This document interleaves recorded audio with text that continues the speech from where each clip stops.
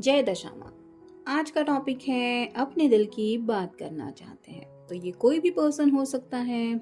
ऐसा पर्सन जिनके साथ शायद आप नो कॉन्टैक्ट जोन में हैं, आपके एक्स वगैरह हो सकते हैं, या फिर हो सकता है सीक्रेट क्रश में से भी कोई, या जिनके साथ थोड़ी बहुत बहस हो चुकी है, किसी बात की वजह से सेपरेशन चल रहा है, वो पर्सन हो सकता है, या फिर जिनके साथ आप रोमांटिक रिलेशनशिप में हैं वो पर्सन भी हो सकते हैं। तो हर एक की सिचुएशन के मुताबिक अलग अलग हालात हो सकते हैं, लेकिन इन जनरल हम टॉपिक ले रहे हैं कि आपसे बात करना चाहते हैं।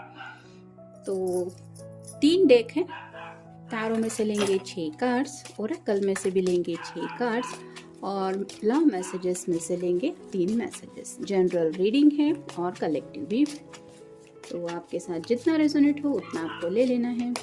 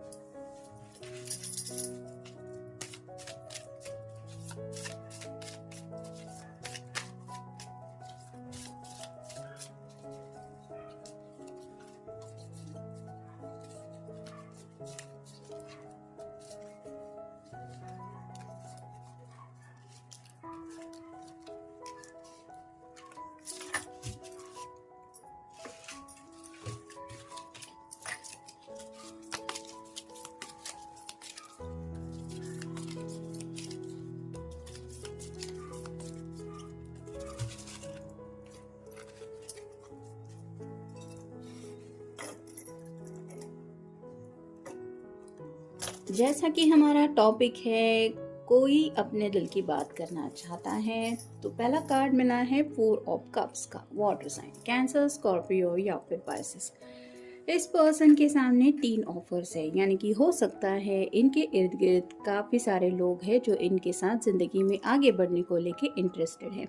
लेकिन जैसे कहते हैं ना कि हमें ज़िंदगी में जो चीज़ नहीं मिलती उसी को पाने की चाहत दिल करता रहता है, वैसे ही इस पर्सन को लग रहा है कि ये सब तो मुझे मिल रहा है जो मुझे नहीं चाहिए। असलियत में मुझे अगर कुछ चाहिए तो वो है ये प्यार का कप, और ये प्यार का कप शायद उन्हें आपकी तरफ से चाहिए, यानी कि इनके दिल में शायद आपके लिए काफ़ी ज़्यादा रोमांटिक जज्बात है जो ये आपके सामने अगर रिवील नहीं कर चुके हैं तो इनका मन कर रहा है कि मैं अपनी फीलिंग्स बता दूँ।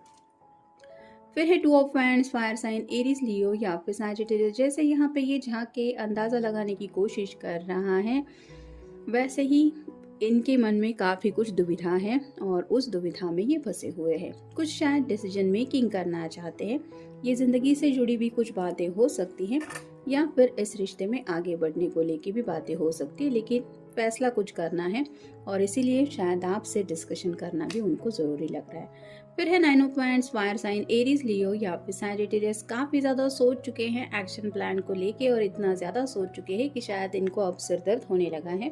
मतलब सोच सोच के आप कह सकते काफ़ी ज़्यादा परेशान हो गए हैं, और अब उनको हेवी बर्डन फील होने लगा है, क्योंकि एक ही वैंड यहाँ पे कमी है, नहीं तो हेवी बर्डन का कार्ड बन जाता है। तो ये ऑलमोस्ट स्ट्रेस में काफ़ी ज़्यादा है, और इसी स्ट्रेस को रिलीज़ कर पाएंगे जब वो आपसे कम्युनिकेट करेंगे।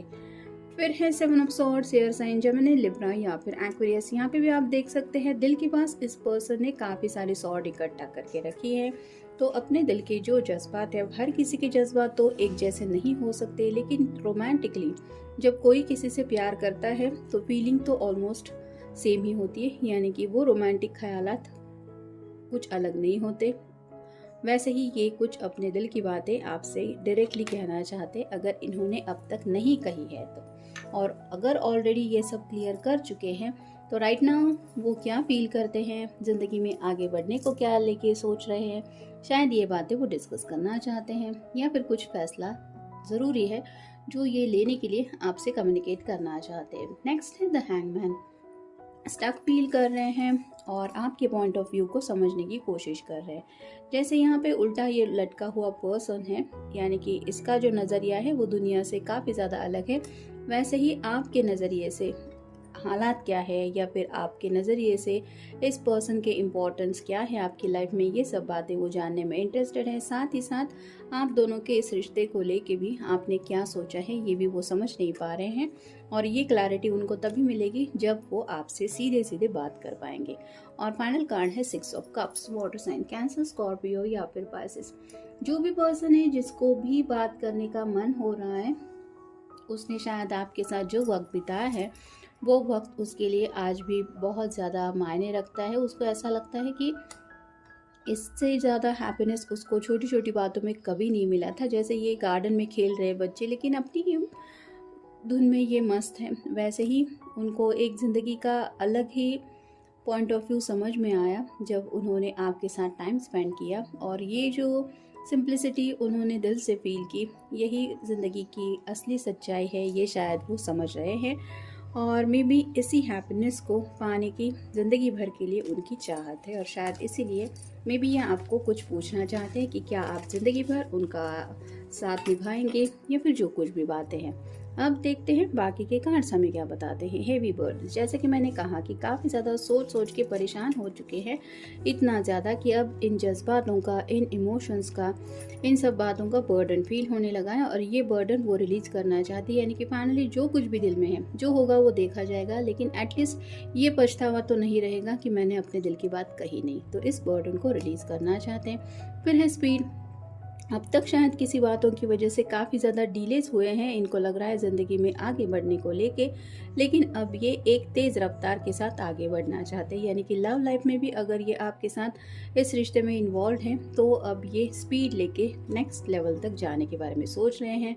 फिर है न्यू एडवेंचर, जैसे ये कार्ड बता रहा है काफ़ी कुछ चल रहा है उनके दिलो दिमाग में, जिसको लेके एक्साइटेड भी काफ़ी ज़्यादा है, लेकिन ये एक्साइटमेंट तभी काम आएगी जब आपकी तरफ से उनको हाँ सुनने को मिलेगी। अगर ना तो यही एडवेंचर उनके लिए सैडनेस में बदल सकता है, और इसी बात का शायद उनको बर्डन फील हो रहा है। फिर है अ मैसेज, तो कुछ लोगों को लग रहा है कि वो डायरेक्टली पता नहीं बात कर पाएंगे या नहीं, या आप भी शायद उनसे बात करने में इंटरेस्ट होंगे या नहीं, तो मैं मैसेज सेंड करता हूँ। तो मैसेज के बारे में भी सोचा जा रहा है, लेकिन उसके पीछे जो मकसद है वो है अपने दिल की बात शेयर करना। फिर है रोमांटिक रिलेशनशिप, तो आपके साथ इनका जो ये कनेक्शन है वो ये दिल से रोमांटिक कनेक्शन महसूस करते हैं, और जैसे कि मैंने कहा कि अगर डिलेज हो रहे हैं तो ये चाहते हैं कि इस रिश्ते में वो नेक्स्ट लेवल तक पहुंच जाए।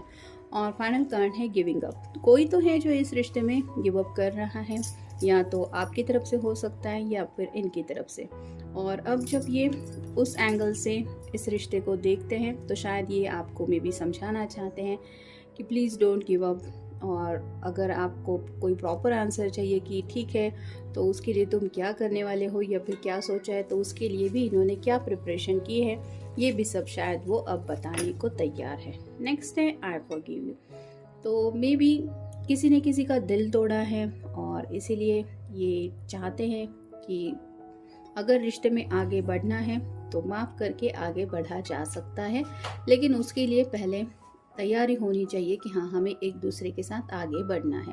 और इस बारे में आप क्या सोचते हैं ये जानना भी उनके लिए इम्पोर्टेंस रखता है। फिर है thank you for being there for me, तो आज भी उनको लगता है कि कहीं ना कहीं आप भी ज़िंदगी में अपनी लाइफ में स्ट्रगल कर रहे हैं ज़िंदगी में आगे बढ़ने को लेके, और मे भी उनको ऐसा लग रहा है कि शायद आपका दिल उनके बगैर आगे बढ़ने को तैयार नहीं है, और शायद इसलिए आप भी वेट एंड वॉच की एनर्जी में, मतलब उनका मन ऐसा सोच रहा है कि आप कहीं ना कहीं आज भी उनका इंतज़ार कर रहे हैं, और इसीलिए ये दिल से आपको थैंक यू बोलना चाहते हैं। यानी कि किसी न किसी तरीके से कम्युनिकेशन स्टार्ट करके जस्ट आपको एक थैंक यू मैसेज सेंड किया, फिर अगर आपने पूछा कि थैंक यू किस लिए, तो उसके बाद ये अपनी बात कहने के लिए शुरुआत कर सकते हैं।